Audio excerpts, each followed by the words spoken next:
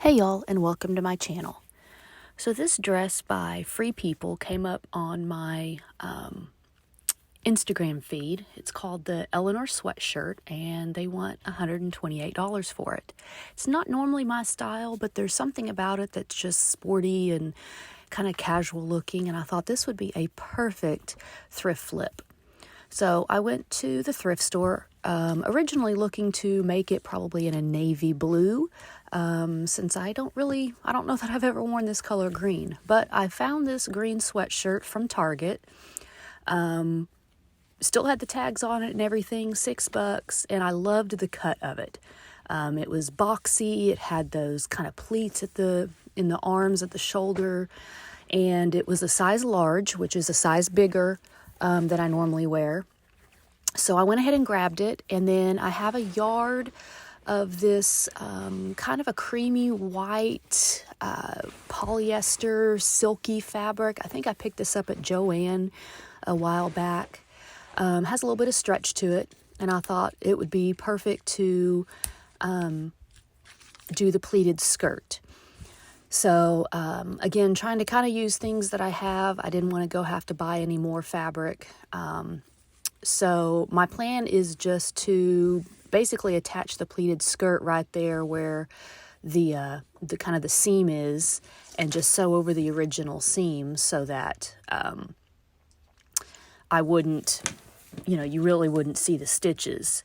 So I tried it on to see how long I needed to make the skirt, and then measured the width of the sweatshirt, which was about 23 inches in half. And so, for pleats, you're going to take up at least 2 to 3 times the width. So the pleats aren't going to be quite as deep as in the picture, the one from Freepeople, simply because I only have a yard of fabric to use. But I'm going to cut 2 strips of fabric. I kind of have all my fabric all folded up, so it's a smaller area that I need to cut. And I'm pretty much just going to cut my yard in half. So I'll have 2 pieces that are 18 inches long by the 60-inch width.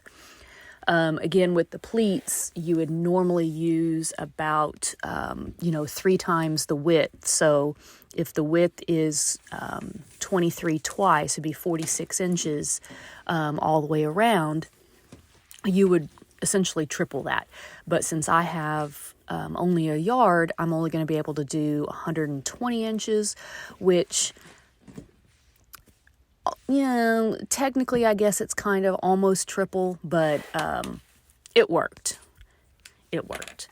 So, again, just evening up the edge of the fabric so it's nice and straight, and then cutting out my 2 strips.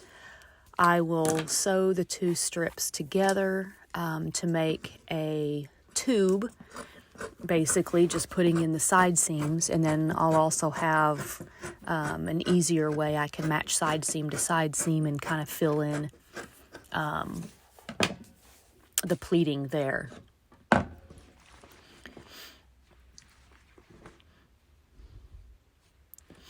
So once it's folded in half, I just cut it right along the fold, and then did French seams, because I was too lazy to change my serger thread to white.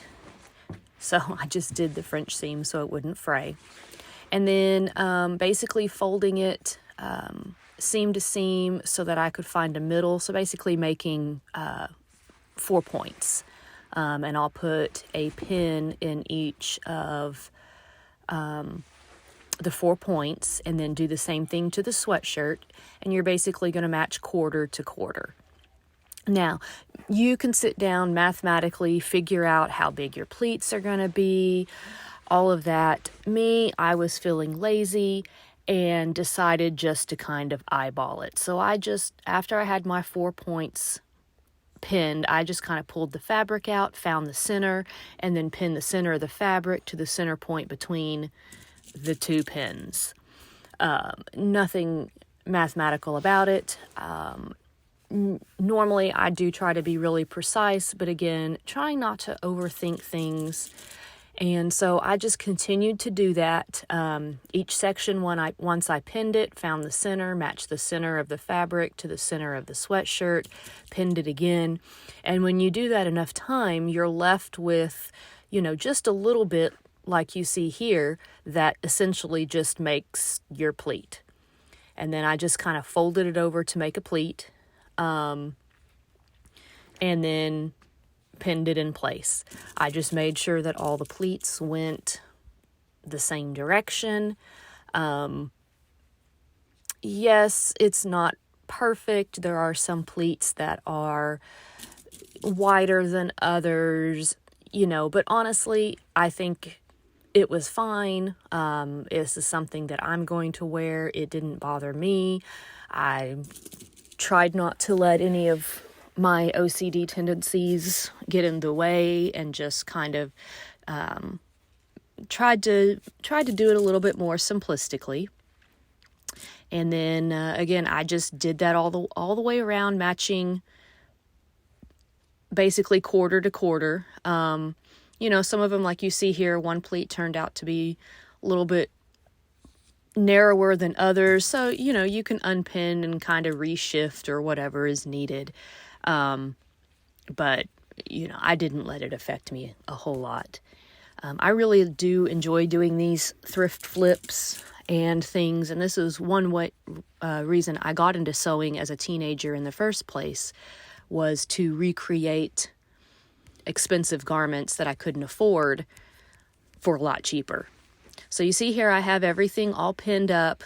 They're not even, but it works. It's fine. We're not going to overthink it. Again, if it bothers you, mathematically figure it out, how much, each pleat's going to be, where it's going to be, and all of that. So I have it pinned basically right side to right side. And I have it pinned right there on the seam where the bottom cuff matches the sweatshirt. And then I'm just going to use a matching green thread and just sew right along the seam there so that you don't see my stitching. I'll try it on, adjust the hem if I need to cut off a little fabric or something, and then I will just I'll just hem it up. So you see there, I know it's not close, but you can't see the stitching, just stitched it right along the edge. I didn't even finish the edge since it was just such a small seam. I went ahead and did a double seam, or just flipped it over 1 inch and then 1 inch again. And then just need to go ahead and do a second press on it, making sure to press in all those pleats nicely. And this is how it turned out. And I think it's, pretty close to the Free People one. Cost me probably around $10 to make.